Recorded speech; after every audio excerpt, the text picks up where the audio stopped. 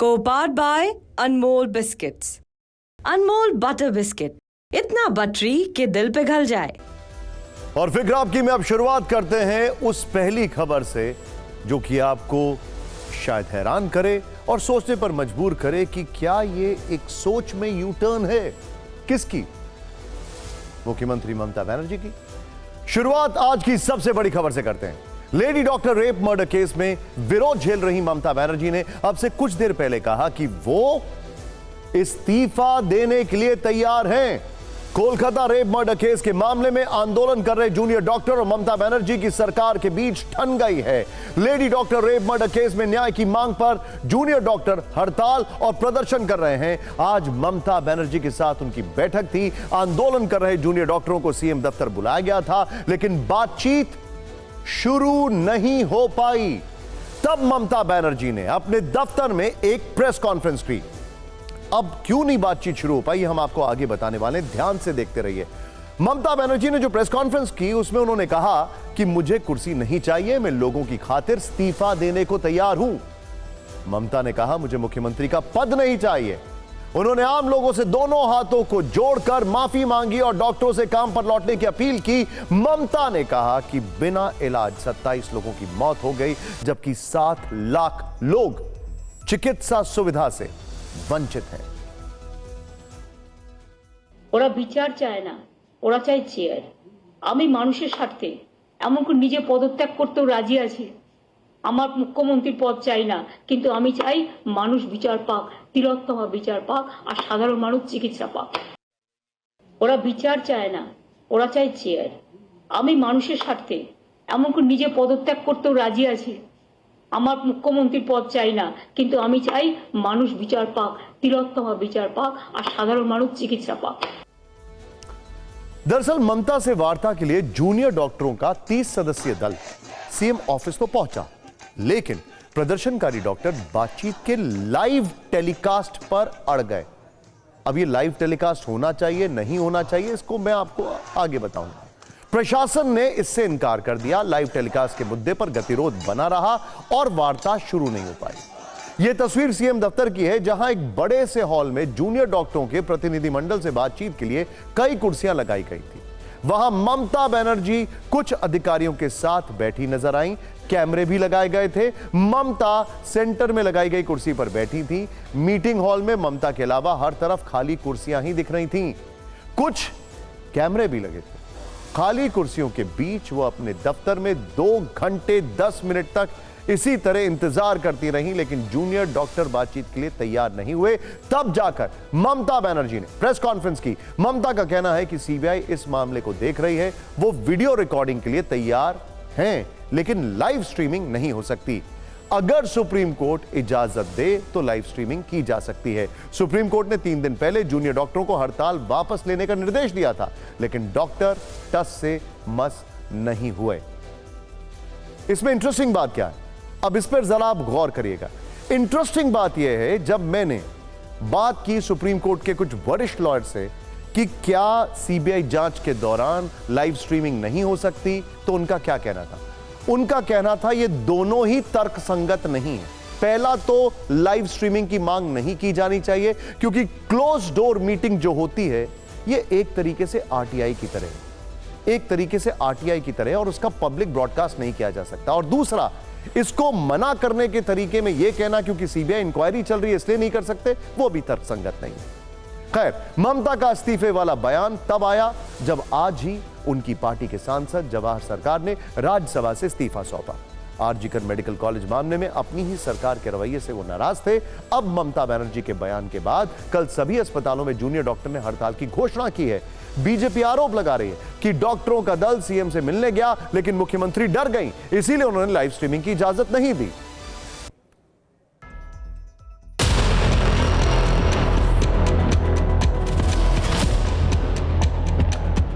पश्चिम बंगाल की जनता भली भांति जानते है कि मुख्यमंत्री प्राण त्याग कर सकते हैं, लेकिन पदत्याग नहीं करेंगे।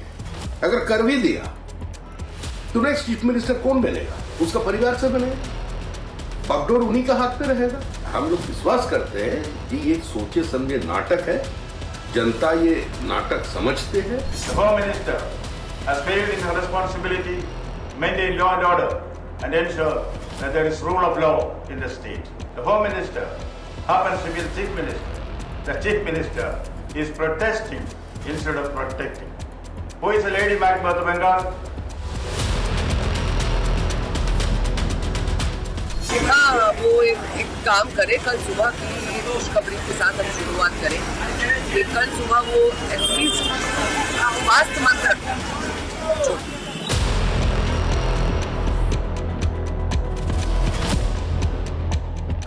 हम लोग का ये डिमांड्स भी नहीं है, हम ये चाहते भी नहीं है, बस हम लोग चाहते हैं कि हम लोग का जो मीटिंग हो वो सबके सामने, पूरा गवर्नमेंट के सामने, सबके सामने हो।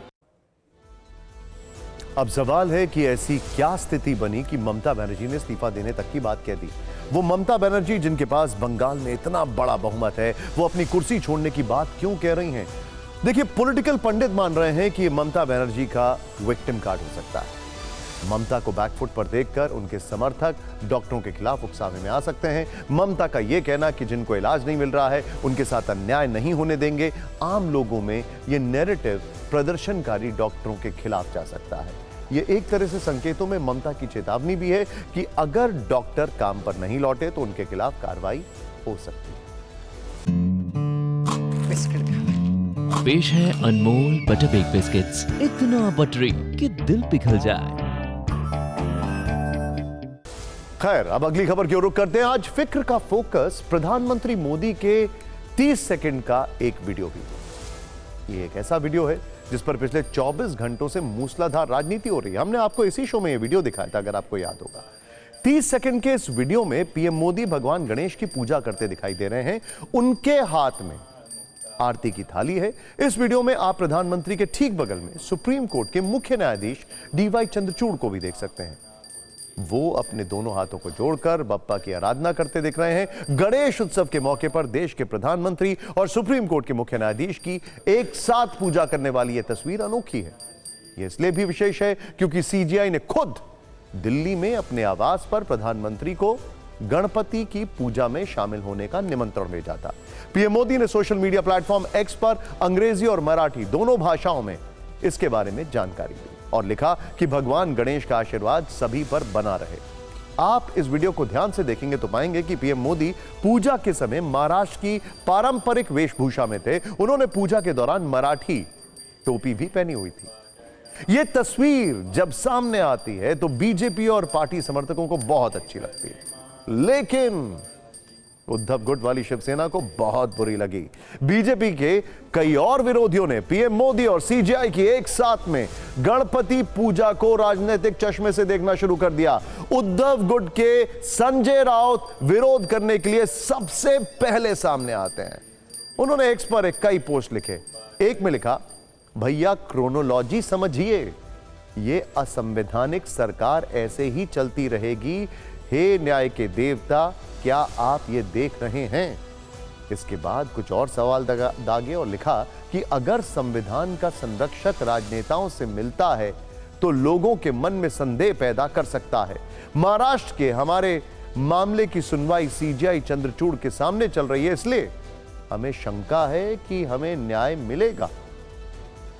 संजय राउत ये शंका देश में बैठकर जता रहे थे तो विदेश यात्रा पर गई पार्टी की राज्यसभा सांसद प्रियंका चतुर्वेदी ने एक्स पर कटाक्ष किया।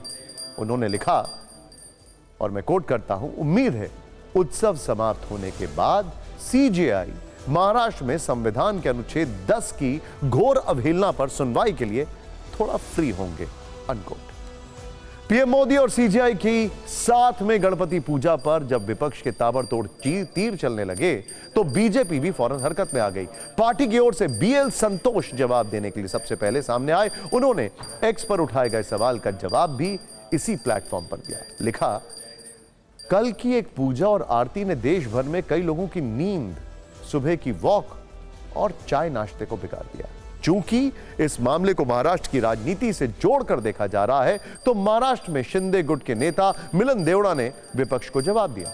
उन्होंने लिखा, कोट, विपक्ष को शायद पता नहीं है कि गणेश उत्सव की परंपरा क्या है, यह राजनीति का विषय नहीं है। मनमोहन सिंह इफ्तार पार्टी देते थे, वहां भी सीजीआई जाते थे, तो विपक्ष ने क्या उस पर सवाल उठाया था, अनकोट। यानी मिलन देवड़ा ने इस लड़ाई में पूर्व प्रधानमंत्री मनमोहन सिंह को भी शामिल करा लिया और उन्होंने मनमोहन सिंह की जिस इफ्तार पार्टी का जिक्र किया उसका वीडियो आप इस वक्त अपनी टीवी स्क्रीन पर देख सकते हैं।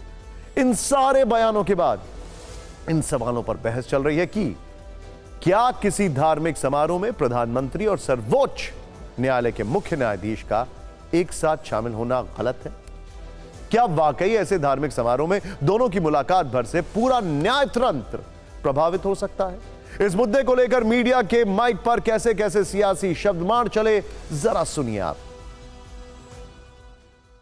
सुखकर्ता दुःखहर्ता वार्ता विनाशी पूर्वी पूर्वी प्रेम रूपा जयासी जय देव जय देव। संविधान के रखवालदार इस प्रकार से अगर राजनीतिक नेताओं से मिलते हैं तो लोगों के मन में शंका है। हमारी जो केस है महाराष्ट्र में, जो घटना बाह्य सरकार चल रही है और उसकी सुनवाई चंद्रचूड़ साहब के सामने चल रही है, तो हमें शंका है कि हमें न्याय मिलेगा। कि जिसके मन में संदेह है उसका कोई इलाज नहीं। जब मनमोहन सिंह जी के यहाँ एक ही टेबल पर बैठ के CJ of India, chief justice of India इफ्तार पार्टी करते थे, उस समय इनके मन में संदेह क्यों नहीं उत्पन्न होता? गणपति जी की आरती कर ली तो संदेह उत्पन्न हो गया। क्यों उत्पन्न हो गया भैया?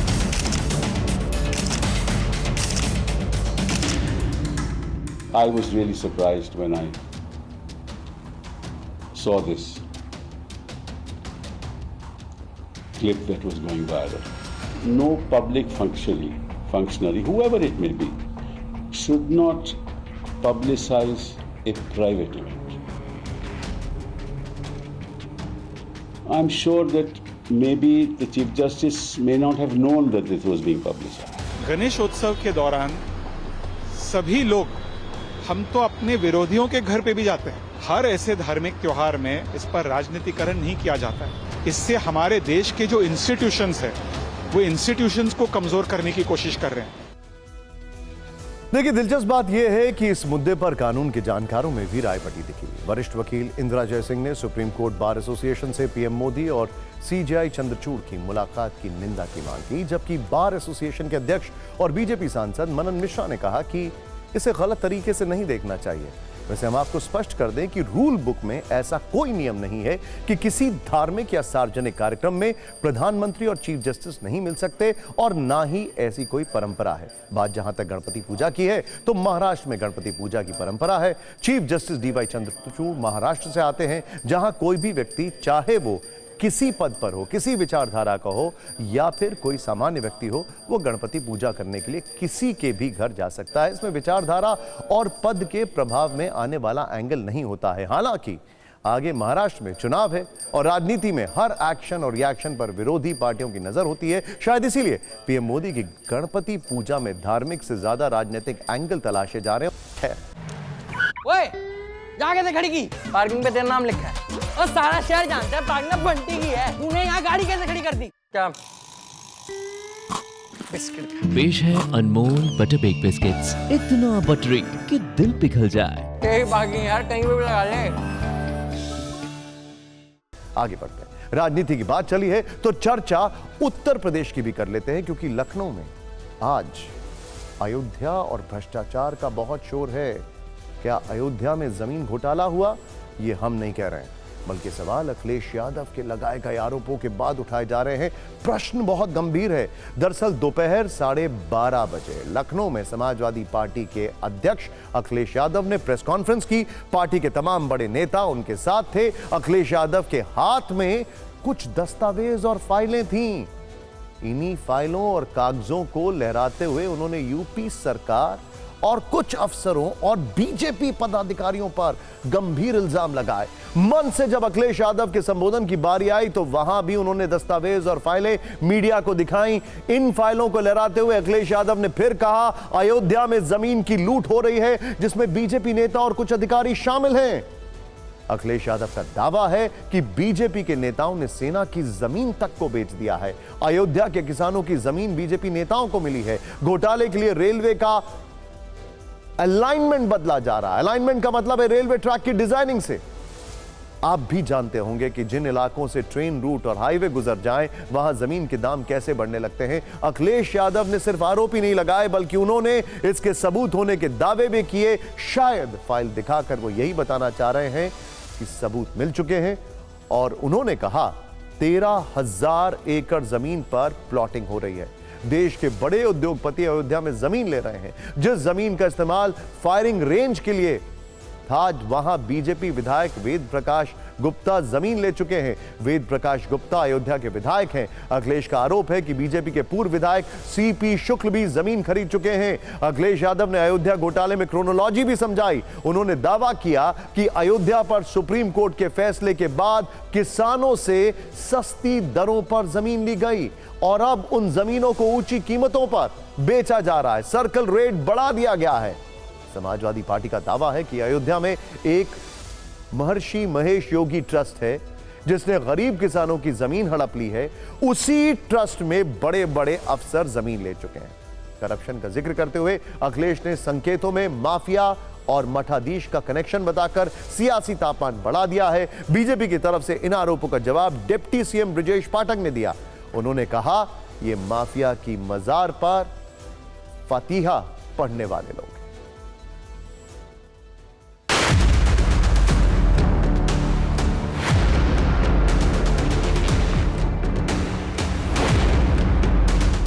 लेकिन जब गरीब किसान भोले भाले लोगों से जमीन ले ली, जब दूसरे लोगों के पास जमीन पहुंच गई और अपने लोगों के पास उनके जमीन पहुंच गई, उसके बाद अयोध्या का सर्किल रेट से लेकर के सब बढ़ा दिया गया।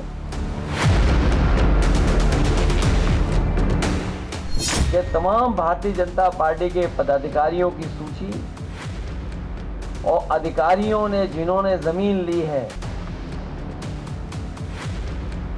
उनकी रजिस्ट्रियों की कॉपी हमें दी है। ये रजिस्ट्रियों की कॉपी है और यही नहीं है, बहुत बड़ी संख्या में फाइल में है ये सब। उनकी पीड़ा जो है वो ये नहीं है, उनकी पीड़ा ये है कि अयोध्या का डेवलपमेंट कैसे हो गया। मठाधीश और माफिया में कोई ज्यादा फर्क नहीं होता। ये समाजवादी पार्टी क्या जाने, ये तो जाते हैं माफिया के मजार पर फातिया पढ़ने के लिए।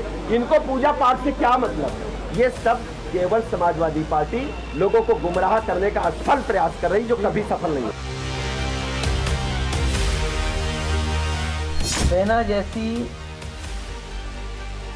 जो डिफेंस है, उस डिफेंस के जमीन से कोई छेड़खानी नहीं करता। कभी डिफेंस की जमीन की तरफ कोई नहीं देखता। और जहां पर फायरिंग रेंज थी, तो उस जमीन को भी इन्होंने भारतीय जनता पार्टी के लोगों ने बेच दिया। अखिलेश यादव ने जब अयोध्या में जमीन घोटाले और सर्कल रेट बढ़ाने का मुद्दा उठाया, तो हमने अपनी लाइब्रेरी से अयोध्या की जमीन से जुड़े कुछ फैक्ट्स निकाले हैं। उस पर एक रिपोर्ट तैयार की है। अयोध्या यूपी के उन 54 जिलों में से एक है जहां सर्कल रेट में पिछले 7 साल से कोई बदलाव नहीं हुआ है। आखिरी बार 2017 में सर्कल रेट में संशोधन हुआ था, लेकिन 2019 में सुप्रीम कोर्ट से राम मंदिर निर्माण का रास्ता साफ होने के बाद जमीन की कीमतें तेजी से बढ़ी हैं। अयोध्या में स्टैंप के एडिशनल इंस्पेक्टर जनरल बताते हैं कि राम मंदिर और हाईवे के पास प्लॉट की कीमतें सर्कल रेट से 41% से लेकर 1235% ऊपर तक बिक रहे हैं। ये पिछले 3 साल के आंकड़े हैं। इसी वजह से सर्कल रेट बढ़ाने को लेकर 4 सितंबर तक फीडबैक मांगा गया था। जानकारी के मुताबिक प्रभावित दरें मौजूदा दर से 50 से 200% तक अधिक हैं। नए सर्कल रेट पर अब सरकार को फैसला लेना है। अब आपके मन में यह सवाल होगा कि जिस सर्कल रेट पर इतनी हाय तौबा मची है वो होता क्या है। जिला प्रशासन अपने अधिकार क्षेत्र में भूमि के मूल्य का आकलन करता है, जिसे सर्कल रेट कहते हैं। इसी आकलन के आधार पर जमीन की खरीद बिक्री पर स्टैंप शुल्क तय किया जाता है और इसी आधार पर प्रशासन किसानों या भूमि मालिकों से संपत्ति का अधिग्रहण करता है। वैसे अखिलेश यादव ने 10 जुलाई को भी अयोध्या में जमीन घोटाले का मुद्दा उठाया था। अयोध्या में जमीन घोटाले वाले उनके दावे में कितना दम है, यह तो सबूतों के सामने आने के बाद पता चलेगा। लेकिन इतना जरूर है कि उपचुनाव के मौसम में फर्जी एनकाउंटर वाले मुद्दे के बाद अयोध्या में जमीन का मसला उठाकर दबाव बनाने की सियासी कोशिश है। वैसे भी अयोध्या में लोकसभा चुनाव जीतने के बाद से विपक्ष का सियासी मनोबल काफी आई। पेश है अनमोल बटर बेक बिस्किट्स, इतना बटरी कि दिल पिघल जाए। और अब जो तस्वीर हम आपको दिखाने वाले हैं, यकीन मानिए वो अंग्रेजी में कहावत है, अ पिक्चर स्पीक्स 1000 वर्ड्स। ये बड़ी खूबसूरत तस्वीर, जरूर देखिए। आगे बढ़ने से पहले फिक्र का एक वीडियो अपडेट। ये ऐसी तस्वीर है जिसने आज पूरे देश को गदगद कर दिया। दरअसल आज पीएम मोदी ने अपने आवास पर भारत के पैरालंपिक खिलाड़ियों से मुलाकात की। उन्हें पेरिस खेलों में 29 पदक जीतने पर बधाई दी। इस दौरान सभी की नजर जैवलिन में गोल्ड मेडल जीतने वाले नवदीप सिंह पर टिक गई। यह है वो तस्वीर। नवदीप ने पीएम मोदी को अपनी कैप पहनाई, जिसके लिए पीएम मोदी जमीन पर बैठ गए। आपको बता दें, पिछले कुछ दिनों से सोशल मीडिया पर नवदीप का वो भाला फेंकने वाला वीडियो वायरल है। जब नवदीप ने पेरिस में भाला फेंका था तब वो काफी उत्साहित दिखाई दिए। आज पीएम मोदी ने नवदीप से मुलाकात के दौरान उनके एग्रेशन पर भी बातचीत की। पूछा कि आपने अपना वो वीडियो देखा कि नहीं। आप ये दिलचस्प वीडियो जरूर देखिए। यहाँ पर अच्छा, यही तुम यही से करते हो? मैं आपको कैप पहनाना चाहता हूँ। तुमने अपना देखा वीडियो? क्या लोग कह रहे? सब लोग डरते हैं। थोड़ा सर जोश में सर। अच्छा हैं? तो कैप पहनाना चाहोगे? जी सर। तो मैं यहाँ बैठता हूँ, तुम पहनाओ। हाँ वाह, लग रहा है ना तुम बड़े हो। सर क्या हाँ, ये सर थ्रोइंग आर्म है तो इस पर थोड़ा साइन कर दो। हैं? जी सर। चलिए, ये थ्रोइंग आर्म है सर। यहाँ पर? हाँ सर। अच्छा, यही तुम यही से करते हो? जी सर। ओह, तो तुम भी मेरे जैसे ही हो। हाँ सर, लेफ्टी हूँ सर। हाँ,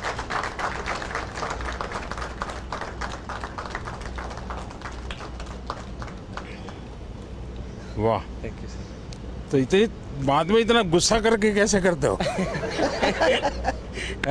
सर वो पिछली बार 4th रह गया था ना सर, तो इस बार जुनून था। आपको प्रॉमिस करके गया था। हाँ, पूरा कर दिया। तो सर वही था सर। तो बाकी लोग क्या कहते हैं? सब अच्छा ही बोल रहे हैं सर। देश का नाम रोशन किया सर। सब अच्छा बोल रहे हैं। क्या बात, पिछली बार 4th रह गया था, इस बार आपको प्रॉमिस करके गया। क्या जज्बा, सैल्यूट करते हैं नवदीप को। अब आपको देश के करोड़ों कार मालिकों की फिक्र कम करने वाली खबर दिखाते हैं। अरे मुझे यह एहसास हो रहा है कि मैंने अपनी वो पुरानी गाड़ी क्यों बेच दी। खैर चलिए, आप बच सकते हैं। क्यों? दिल्ली एनसीआर में अगर पेट्रोल गाड़ी 15 साल पुरानी हो जाए और डीजल गाड़ी 10 साल पुरानी हो जाए तो उसे बेकार मानकर कबाड़ में भेज देने का नियम हम सब जानते हैं। जबकि देश के दूसरे हिस्सों में प्राइवेट वाहनों को इस उम्र सीमा से ज्यादा चलाने के लिए फिटनेस टेस्ट देना होता है। अब सरकार स्क्रैप पॉलिसी में बदलाव की तैयारी कर रही है। अगर ऐसा हुआ तो गाड़ियों की उम्र बढ़ जाएगी और उन्हें 10 या 15 साल बाद कबाड़ में भेजने की जरूरत नहीं होगी। मौजूदा नियम कहता है कि गाड़ी की उम्र पूरी होने और फिटनेस में फेल होने पर उसे स्क्रैप के लिए भेज दिया जाता है। 20 साल पुरानी कार और 15 साल से ज्यादा पुरानी कमर्शियल गाड़ियों का इस्तेमाल करने की इजाजत नहीं है। लेकिन सरकार जिस प्लान पर काम कर रही है उसके मुताबिक गाड़ियों को स्क्रैप करने का आधार उसकी उम्र नहीं बल्कि उसकी फिटनेस होगी। क्या बात है! फिटनेस और प्रदूषण सर्टिफिकेट से तय होगा कि गाड़ी को स्क्रैप करने के लिए भेजा जाए या फिर नहीं, फिर चाहे वो पेट्रोल गाड़ी हो या फिर डीजल गाड़ी हो। दरअसल society of Indian automobile manufacturers की सालाना बैठक में सड़क परिवहन एवं राज्य मंत्रालय के सचिव अनुराग जैन ने जनता की एक बड़ी फिक्र का जिक्र किया। लोगों ने उनसे कहा था कि गाड़ी को कबाड़ में बदलने वाली पॉलिसी पर विचार किया जाए, उसमें बदलाव लाया जाए। लोगों ने सवाल किया था कि जब वो गाड़ी का अच्छी तरह से रखरखाव कर रहे हैं और 15 वर्ष के बाद भी गाड़ी की स्थिति अच्छी है तो उसे कबाड़ में बदलने जाने की बाध्यता क्यों है। लोग पूछ रहे हैं कि गाड़ी को सड़क से हटाने का आधार प्रदूषण या फिटनेस का स्तर होना चाहिए या फिर गाड़ी की उम्र। इसके बाद ही सरकार गाड़ी स्क्रैप करने के नियम पर फिर से विचार कर रही है। आपको यह भी जानना चाहिए कि व्हीकल स्क्रैपेज पॉलिसी क्या है। ध्यान से देखिएगा। इस पॉलिसी का ऐलान केंद्रीय बजट 2021-22 में किया गया था, जिसके अनुसार प्राइवेट गाड़ियों के लिए 20 साल बाद फिटनेस टेस्ट कराना जरूरी है, जबकि कमर्शियल जो गाड़ियां हैं उनके लिए 15 साल बाद फिटनेस टेस्ट जरूरी किया गया है। फिटनेस टेस्ट में फेल होने पर कोई भी गाड़ी कबाड़ बन जाएगी और उसका रजिस्ट्रेशन नहीं किया जाएगा। इसके बाद गाड़ी को स्क्रैप में देना होगा और पुरानी गाड़ी के बदले कार के मालिक को एक डिपॉजिट सर्टिफिकेट मिलेगा। पुरानी गाड़ियों को स्क्रैप करने के बाद जब कोई नई गाड़ी खरीदेगा तो उस पर कई फायदे मिलेंगे, जैसे रोड टैक्स पर 25% तक की सरकारी छूट का प्रावधान है। साथ ही नई गाड़ियों पर लगने वाले रजिस्ट्रेशन टैक्स पर भी राहत मिल जाएगी। वैसे 15 साल से पुराने वाहनों की अनिवार्य स्क्रैपिंग केवल दिल्ली एनसीआर में लागू है। 2018 के सुप्रीम कोर्ट के फैसले के तहत 15 साल पुराने पेट्रोल वाहन और 10 साल पुराने डीजल वाहन दिल्ली एनसीआर की सड़कों पर नहीं चल सकते। लेकिन इस खबर का दायरा सिर्फ दिल्ली एनसीआर तक सीमित नहीं है, यह देशव्यापी है।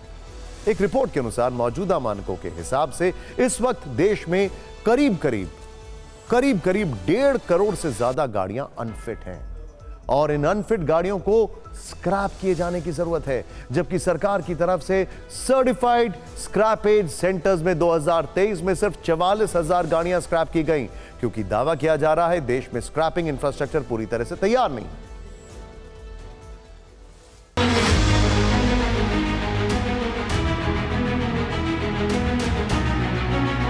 अच्छी वाली गाड़ी को 5,000 किलोमीटर चली या 20,000 किलोमीटर चली, आप कहते हैं जी उसको स्क्रैप कर दीजिए, उसमें क्या खामी है उसके अंदर। और जो इतनी रिफाइनमेंट हो चुकी है इंजीनियरिंग की पिछले 125 सालों से 150 सालों से, कि जहाँ पर इतनी इमिशंस क्रिएट करते थे पेट्रोल की और डीजल की गाड़ियाँ, अब तो it is almost negligible. All over the world एक एमओटी टेस्ट होता है गाड़ियों का, जिसके अंदर एज नहीं देखी जाती। वो गाड़ी की फिटनेस देखते हैं और इमिशन कंट्रोल्स देखते हैं। On the basis of that 30 से 40 डिफरेंट आइटम्स होते हैं उस गाड़ी के, चेक किए जाते हैं और वो सारे बॉक्सेस जब टिक हो जाते हैं तब आपको एमओटी मिलती है। अगर हमारी गवर्नमेंट के पास वो पॉलिसी हो कि जहाँ पर गाड़ी की कंडीशन या ह्यूमन की कंडीशन देख के उस पर फैसला किया जाए, तो वो बेटर पॉलिसी होती है। अदरवाइज सिस्टम में अगर लूप होल्स हैं, स्टेट गवर्नमेंट्स मानती नहीं है उन रूल्स को या इम्प्लीमेंट नहीं करती टाइमली, तो फिर वहाँ पर इस तरह के rules and regulations year base पर लिए जाते हैं कि 10 साल में, 15 साल में, 20 साल में ये फेज आउट होना चाहिए, जबकि वो गलत है। सोचिए जरा, अगर ये पॉलिसी आ गई, इसमें रिवीजन हो गया, तो वो जो स्ट्रॉन्ग ऑटोमोबाइल लॉबी है उसका क्या होगा? वैसे ही गाड़ियों की सेल डाउन है। खैर, लोगों का भला होगा। केंद्रीय सड़क और परिवहन सचिव के मुताबिक सरकार किसी भी गाड़ी की उम्र के बजाय उस गाड़ी को दिए जाने वाले प्रदूषण सर्टिफिकेट के आधार पर उसे स्क्रैप में भेजने के बारे में सोच रही है। अगर सरकार भविष्य में ऐसा फैसला लेती है तो आपको गाड़ी के मेंटेनेंस से जुड़ी कुछ बातों को ध्यान में रखना पड़ेगा, जिससे आपकी गाड़ी भी स्क्रैप में जाने से बच सके। अपनी गाड़ी की जो एग्जॉस्ट गैस जो है उसको चेक करवाते रहें। गाड़ी के फ्यूल सिस्टम का ध्यान रखें, यह चेक करें कि ईंधन लीक ना हो। अपनी गाड़ी के कैटालिटिक कन्वर्टर की जांच कराते रहें, यह प्रदूषण को कंट्रोल में रखता है और गाड़ी की फिटनेस में इसकी बहुत बड़ी भूमिका है। गाड़ी के इंजन की भी समय समय पर जांच करानी होगी ताकि उसकी फिटनेस भी बनी रहे और वो स्क्रैप ना हो। गाड़ी का सर्विस रिकॉर्ड बनाकर रखें और नियमित रूप से गाड़ी की सर्विसिंग कराते रहें। गाड़ी के दूसरे तकनीकी पहलुओं पर भी ध्यान दें, जैसे ब्रेक सिस्टम, सस्पेंशन और स्टीयरिंग की जांच कराते रहें। और अगर इन बातों का ध्यान रखते हुए आपने अपनी गाड़ी को 15-20 वर्ष बाद भी फिट रखा, तो हो सकता है कि आपको गाड़ी और ज्यादा लंबे समय तक चलाने की इजाजत मिल जाए। लेकिन उतनी पुरानी गाड़ी अगर आप चला रहे हैं, उसमें 6 एयरबैग्स तो होंगे नहीं, तो सेफ्टी से शायद कॉम्प्रोमाइज हो सकता है। खैर, ओए, जाके दे खड़ी की, पार्किंग पे तेरा नाम लिखा है और सारा शहर जानता है पार्किंग बंटी की है। तूने यहाँ गाड़ी कैसे खड़ी कर दी? क्या बिस्किट? पेश है अनमोल बटर बेक बिस्किट्स, इतना बटरी कि दिल पिघल जाए। पार्किंग यार कहीं पे भी लगा ले। अब बात करते हैं दिल्ली में राष्ट्रीय स्वयंसेवक संघ के उस दफ्तर की जिसकी पूरी तरह कायाकल्प हो चुका है, ऐसी खबर है। तस्वीरें हम दिखाते हैं। आरएसएस के इस नए दफ्तर का पता वही है, बस बिल्डिंग नहीं है और यह एड्रेस है केशव कुंज झंडेवालान। वही केशव कुंज जो वर्ष 2016 से पहले आरएसएस के कार्यालय के तौर पर जाना जाता था, लेकिन अब 8 वर्षों के बाद यहां आरएसएस का पुराना दफ्तर नहीं बल्कि भव्य और बहुमंजिला दफ्तर बना दिया गया। 18 सितंबर को जब आरएसएस प्रमुख मोहन भागवत दिल्ली आएंगे तो वो नए कार्यालय में रुकेंगे। आज हमने आपके लिए आरएसएस के इस नए दफ्तर पर वीडियो गाइड बनाई है। पिछले 8 वर्षों से दिल्ली में आरएसएस ऑफिस को उदासीन आश्रम आराम बाग में शिफ्ट किया गया था, लेकिन फिर से यह केशव कुंज झंडेवालान में आ गया और अब संघ के पदाधिकारी यहां रह भी रहे हैं। लगभग 3 एकड़ में बने नए दफ्तर में 3 टावर बनाए गए। हर टावर में ग्राउंड के साथ 12 फ्लोर हैं, जबकि हर टावर में 80 से 90 कमरे हैं। नए भवन का शिलान्यास नवंबर 2016 में संघ प्रमुख मोहन भागवत ने किया था और 8 वर्षों के बाद आरएसएस का पता फिर से वही हो गया है। लेकिन यह दफ्तर कैसा है, कौन से टावर में क्या बनाया गया है? आरएसएस प्रमुख मोहन भागवत जब दिल्ली आएंगे तो किस टावर में रुकेंगे? आपको इसकी जानकारी एक्सक्लूसिवली हम देने जा रहे हैं। ध्यान से देखिएगा। केशव कुंज का पहला टावर करीब 12 मंजिल का है। इसमें आरएसएस के प्रकाशन विभाग का दफ्तर है, मुखपत्र, ऑर्गेनाइजर और पाठजन्य का ऑफिस है। साथ ही एक बड़ा ऑडिटोरियम भी है, जिसकी तस्वीर भी हम आपको दिखा रहे थे अभी कुछ क्षण पहले। इसी बिल्डिंग में संघ के कई दूसरे संगठनों का दफ्तर भी होगा और इसमें एक फ्लोर विश्व संवाद विभाग भी है, जो संघ के कई मुद्दों का प्रचार प्रसार का काम देखता है। लेकिन इस दफ्तर का सबसे खास है दूसरा टावर। इसे भी 12 मंजिला बनाया गया है। इसमें ऊपर की 4 मंजिल आरएसएस के पदाधिकारियों के लिए रिजर्व है। इस टावर में टॉप फ्लोर पर आरएसएस प्रमुख के ठहरने और उनके मिलने जुलने के लिए कमरे के साथ साथ वेटिंग रूम की भी व्यवस्था है। इसके अलावा 9वें, 10वें और 11वें फ्लोर पर संघ के टॉप के पदाधिकारियों के कमरे होंगे। इन तीनों फ्लोर पर संघ के सर कार्यवाह, सह कार्यवाह और अन्य अखिल भारतीय अधिकारियों के रुकने के लिए कमरे होंगे। इन तीनों टावर में हर फ्लोर पर 7 से 8 कमरों को बनाया गया है। इस तरह संघ के एक टावर में 80 से 90 के बीच कमरे हैं। तीसरा टावर भी 12 मंजिल का होगा, जिसमें दिल्ली प्रदेश आरएसएस का दफ्तर होगा। यहां से दिल्ली प्रांत के अलग अलग कार्यक्रमों को संचालित किया जाएगा। इसके अलावा केशव कुंज के तीसरे टावर के 2 फ्लोर संघ के दिल्ली प्रांत को देने की योजना है। इस सब के अलावा आरएसएस के केशव कुंज वाले नए दफ्तर में और क्या क्या खास है वो भी बताते हैं। संघ कार्यालय के दूसरे और तीसरे टावर के बीच एक छोटा सा मैदान है, जहां हेड गेवार की मूर्ति लगाई गई है। कार्यालय के अंदर शाखा लगाने की भी व्यवस्था है। साथ ही इस ऑफिस में हेल्थ सेंटर और पैथ लैब बनाने की भी योजना है।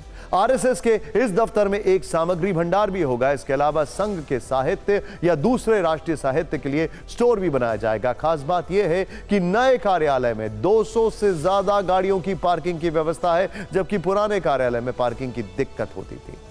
दफ्तर में पर्याप्त बिजली के लिए बिल्डिंग पर सोलर पैनल लगाए गए हैं। संघ कार्यालय में सुरक्षा का भी खास बंदोबस्त किया गया है। इसके सभी गेटों के अलावा चारों कोनों पर सुरक्षा चौकी बनाई गई है, जबकि संघ कार्यालय की सुरक्षा की जिम्मेदारी सीआईएसएफ के पास है। फिक्र में अब आपको एक खास मेहमान से मिलाते हैं। यह खास मेहमान अपने जो काम का तरीका है वो बहुत ही सीक्रेट तरीके से करता है। आपने 007 जेम्स बॉन्ड की मूवी देखी होगी। आप इसे कुछ हद तक उसी तरह का एक काबिल जासूस समझ सकते हैं। यह जासूस बहुत जल्द अमेरिका से आने वाला है। भारतीय नौसेना की तरफ से समंदर में दुश्मन देशों के जहाजों और पनडुब्बियों पर नजर रखेगा। हम इसके बारे में आपको डिटेल में बताएंगे, लेकिन पहले भारत और अमेरिका के बीच हुई इस बड़ी डील के बारे में जान लेते हैं। भारत के नए समुद्री सिपाही का नाम है high altitude anti submarine warfare sonobuoy. कुछ एवेंजर्स के कैरेक्टर जैसा नाम है ना? नहीं, ध्यान दीजिएगा। भारत अमेरिका से 4,43,000 करोड़ रुपए, 4,43,000 करोड़ रुपए में सोनोबॉय को खरीदेगा। अमेरिकी कांग्रेस में इसको लेकर अधिसूचना दी गई है। इसके अनुसार भारत और अमेरिका की इस डील से दोनों देशों के रणनीतिक संबंध और मजबूत होंगे। अमेरिकी रक्षा सुरक्षा सहयोग एजेंसी ने सेनेट की विदेश संबंध समिति को यह जानकारी दी है। अमेरिकी कांग्रेस अब 30 दिनों के भीतर प्रस्तावित डील की समीक्षा करेगी। रक्षा मंत्री राजनाथ सिंह पिछले महीने अमेरिका के दौरे पर थे, उसी समय यह डील डन हुई थी। अब सुनिए कि इस सोनोबॉय की खासियत क्या है। जैसा कि नाम से पता चल रहा है, सोनार सिस्टम सोनोबॉय की सबसे बड़ी विशेषता है और सरल भाषा में समझे तो इसके सोनार सिस्टम से समुद्र की गहराई में उस साउंड वेव्स का पता लगा सकते हैं जो पनडुब्बियां गहरे पानी में छोड़ती हैं। ये पनडुब्बियों की धीमे से धीमी आवाज को भी बेहतर तरीके से कैच कर सकता है। ये एक्टिव और पैसिव दो तरह से काम करता है। पैसिव का मतलब यह है कि समुद्र में खुद सिग्नल रिलीज करके वहां मौजूद चीजों की दूरी और उसकी दिशा का पता लगा सकता है, यानी उन्हें डिटेक्ट कर सकता है। लेकिन अब एक बड़ी खबर, ध्यान से देखिएगा, बहुत बड़ी खबर भारत चीन सीमा विवाद से जुड़ी हुई है। चीन के साथ सीमा विवाद को खत्म करने पर बोले विदेश मंत्री एस जयशंकर। चीन के साथ सीमा से सैनिकों की वापसी की समस्या 75% सुलझी है। एस जयशंकर विदेश मंत्री ने यह कहा। चीन के साथ बड़ा मुद्दा सीमा पर बढ़ता सैन्यकरण है। एस जयशंकर ने यह कहा है समस्या का समाधान के लिए दोनों पक्षों के बीच बातचीत चल रही है। एस जयशंकर ने कहा है यानी कि 75% सोल्यूशन है। मिलिटराइजेशन के लिए कमांडर लेवल की टॉक्स चल रही हैं। एस जयशंकर ने क्या राहुल गांधी को जवाब दिया है, ये सोचने वाली बात है।